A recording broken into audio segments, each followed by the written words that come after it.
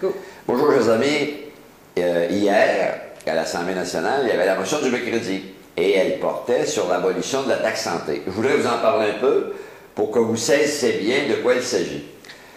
L'abolition de la taxe santé, c'est parce qu'elle a fait apparaître un nouveau mécanisme qui n'est pas dans les mœurs politiques du Québec, c'est-à-dire que dorénavant, on ne tient plus compte des revenus des personnes, on les impose tous de la même façon.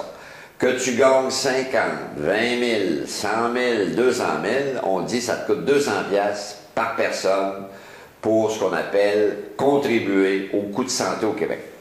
Nous, on pense que ça n'a pas de bon sens parce que ça ne tient pas compte de la réalité des revenus des personnes. Ça rapporte 950 millions. Est-ce que le gouvernement a besoin de ce 950 millions? La réponse, c'est oui.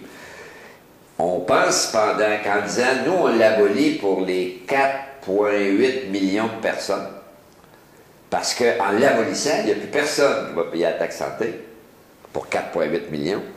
Parce que c'est par tranche de revenus. Puis on dit, dorénavant, on va aller chercher le même, 950 millions, mais on va le prélever, pas parce qu'on est contre les gens qui en ont plus. Mais eux autres, là, quelqu'un qui gagne, prenez mon cas, 150 000 et plus, c'est pas vrai, moi je ne gagne pas 150 000, mais j'aurais un salaire de 150 000. On me prélèverait un 200 de contribution, 200 $ de contribution par année, même chose à ma conjointe. Je pense que je continuerai à vivre pareil, puis il n'y aura pas gros d'impact sur mon budget si c'était le cas. C'est ce qu'on fait. On met 2 nouvelles tranches d'imposition dans le rapport d'impôt, puis on dit dorénavant, c'est ces 2 catégories-là, de 168 000 et plus, et une autre tranche un peu plus élevée, une ça donne 28, mais je veux pas aller dans la mécanique, puis un autre 32 %. Puis c'est ces 2 seules tranches-là qui vont contribuer pour ce qu'on appelle l'impôt santé, qui n'est pas une habitude au Québec. L'habitude traditionnelle en termes d'équité, de justice, c'est de tenir compte de la progressivité de ton salaire. Tu gagnes 15 000, tu ne payes quasiment pas d'impôt. Tu gagnes 20 000, tu en payes un peu plus. Tu gagnes 28 000, tu en payes un peu plus.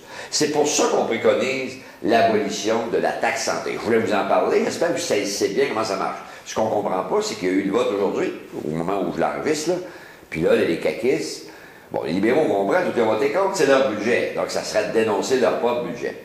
Mais les libéraux caquistes, là, qui étaient en champ, ils ont voté contre, eux autres, là. Ils ont voté contre cette mesure, qui était une motion de l'opposition officielle, disant, si vous étiez avec nous à l'Assemblée nationale, mais avec nous au gouvernement, est-ce que vous seriez d'accord? Ils ont répondu non.